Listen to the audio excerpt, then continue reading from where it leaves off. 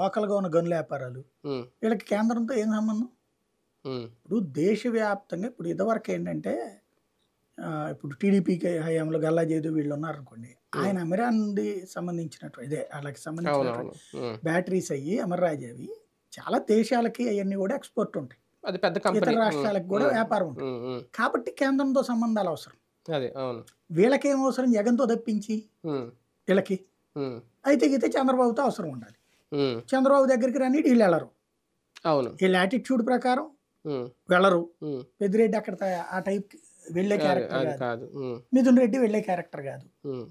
ఇంకోటి వాళ్ళకి కష్టం, నష్టం చూసినోళ్ళే. హ్మ్. ఓడిన కాంగ్రెస్‌లోనూ ఉన్నోళ్ళే. హ్మ్. గెలిచిన వైసీపీలోనూ ఉన్నోళ్ళే. వ్యక్తిగత భయం కూడా ఏముండదా? వాళ్ళకి ఆ భయమైతే లేదు నాకు తెలిసి. హ్మ్. అవినాష్ రెడ్డి వీళ్ళు కేసులు, పాత వ్యక్తిగతంగా కేసులు. భయపడే అంత పిరికోళ్ళైతే కాదు. మిథున్ రెడ్డి, పెద్దిరెడ్డి వీళ్ళు. కేసులు వీటిటి గురించి అసలు పెద్దగా భయపడరు. వాళ్ళకి ఇవన్నీ తెలిసినటువంటియే.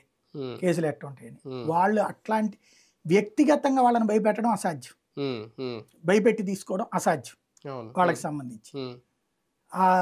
మాక్సిమం వాళ్ళకుంటే ఆ వ్యాపారాలు. ఎట్లాగో ఇప్పుడు మూసుకోవడమే. ఈ అదే. 5 ఏళ్ళు అవును. వైసీపీ వాడెవడో వ్యాపారం చేయలేడు. అదేలే. చేయనియ్యరు. హ్మ్. హ్మ్. వాళ్ళది ఏం చేస్తే దాన్ని ఏదో ఒక విధంగా ముందు పత్రికల్లో దాని మీద నెగెటివ్ వార్తలు రాసిస్తారు. ఆ తర్వాత మూసేపిస్తారు.